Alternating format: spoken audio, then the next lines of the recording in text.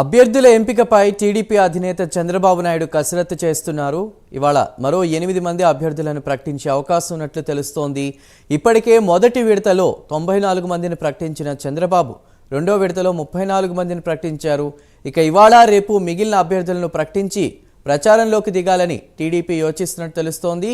అటు మిత్రపక్షాలకు సీట్ల సర్దుబాటు కావడంతో సొంత నేతలపై అధినేత ఫోకస్ పెట్టినట్టు తెలుస్తోంది.